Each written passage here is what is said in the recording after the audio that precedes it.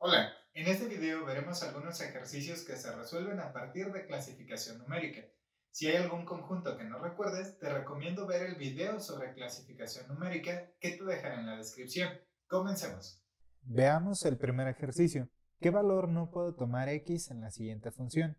F de x igual a x menos 2 sobre x más 7.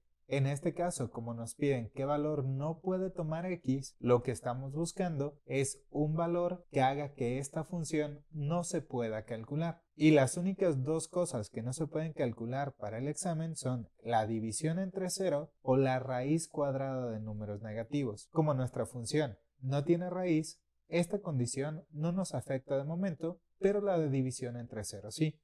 Lo único que buscamos simplemente es qué valor de x hace que la parte de abajo nos dé 0, que en este caso sería x igual a menos 7, ya que al sustituirla, menos 7 más 7, nos quedaría 0. La parte de arriba en este tipo de preguntas no importa, ya que si la parte de arriba es 0 o cualquier otro resultado, eso no afectaría. Veamos el siguiente ejemplo. ¿Cuál de las opciones no es un posible valor de x en la siguiente función? Igual que en la anterior nos piden cuál no es un posible valor, por lo tanto, sería aquel que no se pueda calcular. En este caso podría haber muchos números que hagan que esto no se pueda calcular, pero como nos pide cuál de las opciones, hay que sustituir estas opciones. Si x fuera menos 1, tendríamos 2 por menos 1 son menos 2, más 6 nos quedaría 4 y la raíz de 4 nos da 2. Si la x fuera menos 2, 2 por menos 2 son menos 4 y menos 4 más 6 nos da 2. La raíz de 2, aunque no es exacta,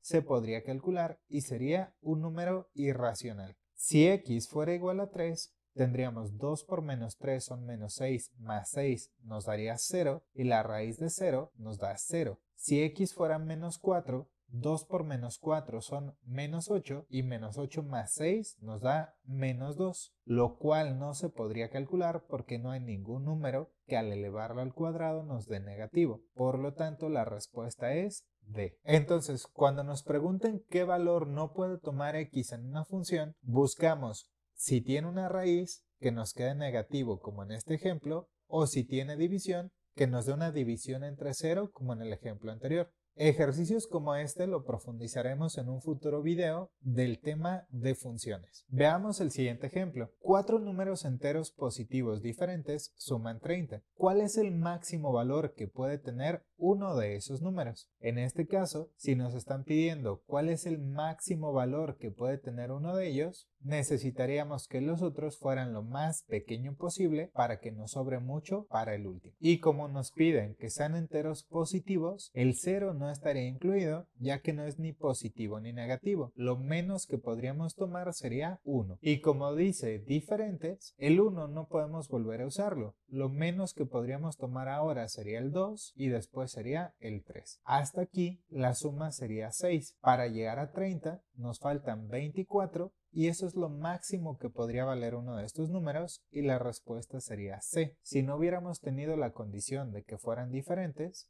podríamos haber tomado 1, 1 y 1 y para el último sobrarían 27, pero ya que dice diferentes, la respuesta debe ser 24. Otra cosa que podríamos necesitar en el examen es la representación algebraica de números consecutivos. Si necesitamos representar números enteros consecutivos, podemos tomar el primero como x, pero un error que a veces cometemos es tomar el siguiente como 2x y después 3x, pero 2x ya sería el doble. Por ejemplo, si x fuera 10, 2x serían 20 y ya no serían enteros consecutivos. Lo que debemos hacer es tomar x, x más 1, x más 2, x más 3 y así dependiendo cuántos necesitemos. Se va sumando de uno en uno, ya que para llegar de un número entero al siguiente avanzamos de uno en uno. Cuando necesitamos representar números pares consecutivos, avanzamos de dos en dos. El primero lo podemos representar como x, el siguiente como x más 2, x más 4, x más 6 y así sucesivamente, porque para llegar de un número par al siguiente, por ejemplo del 10, 12, 14, 16, avanzamos de dos en dos. Con los impares pasa exactamente lo mismo, porque, por ejemplo, si nuestro primer número fuera un 5, el siguiente número impar es un 7. que es avanzar 2 unidades. Después sería el 9, después el 11 y como podemos ver vamos aumentando también de 2 en 2. Por lo tanto, la representación para pares o impares consecutivos sería exactamente la misma. Veamos un ejercicio donde necesitemos lo anterior. El perímetro de un pentágono es de 45 centímetros. Si las medidas de sus lados son números enteros consecutivos, ¿cuánto mide el lado mayor? En este caso, si seguimos el procedimiento formal, podemos tomar el más pequeño como x, el siguiente sería x más 1 porque son enteros consecutivos, el siguiente x más 2, x más 3 y x más 4. Y como el perímetro es la suma de todo el contorno, al sumar todo esto,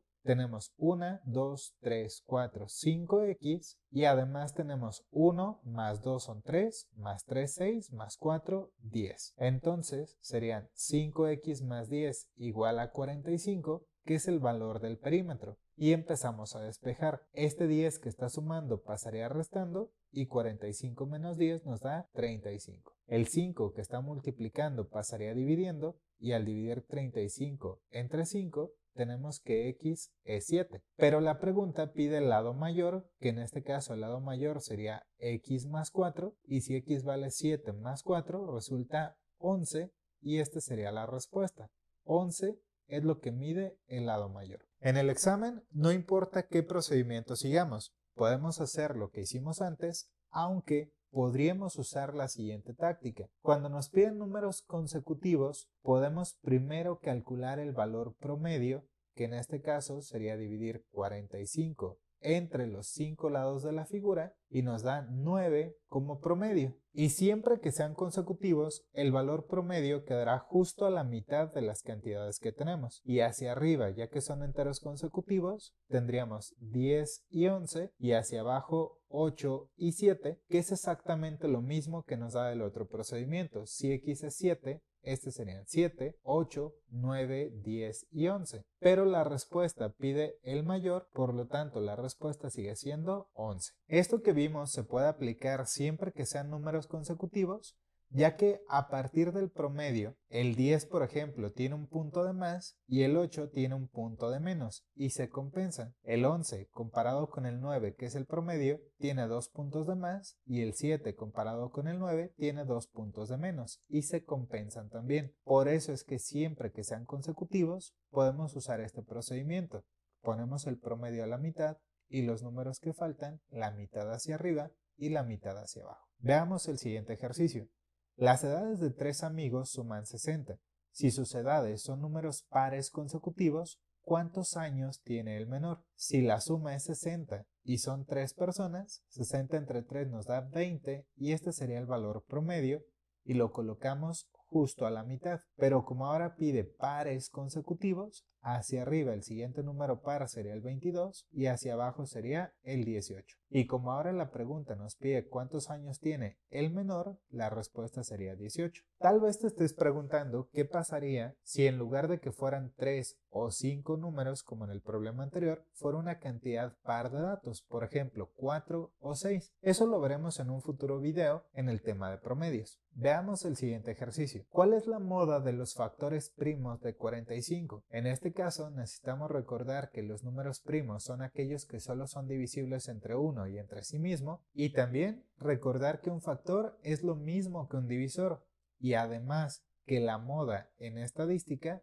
es el dato que más se repite. Si nosotros queremos sacar los factores primos de 45, hay que irlo dividiendo precisamente entre números primos. Por ejemplo, lo podemos dividir entre 5 y 45 entre 5 resulta a 9. Se puede dividir entre 3 y resulta 3 y entre 3 a 1. Quiere decir que los factores primos de 45 son 5 por 3 por 3 y como la moda es el que más se repite, entonces la moda es 3 y esta es la solución. Como puedes ver, el procedimiento para este ejercicio es bastante simple, pero si no recordamos conceptos como números primos, factores o moda, podríamos no resolver un ejercicio como este en el examen. Veamos el siguiente ejercicio. ¿Cuál de las opciones es un valor de x que hace que la siguiente expresión sea un número racional? Cuando tenemos una raíz, si la raíz es exacta, es un número racional. Si la raíz no es exacta, es irracional. Si sustituimos x como 2, tendríamos 3 por 2 son 6, más 1 7, y la raíz de 7 sería irracional. Si x fuera 3,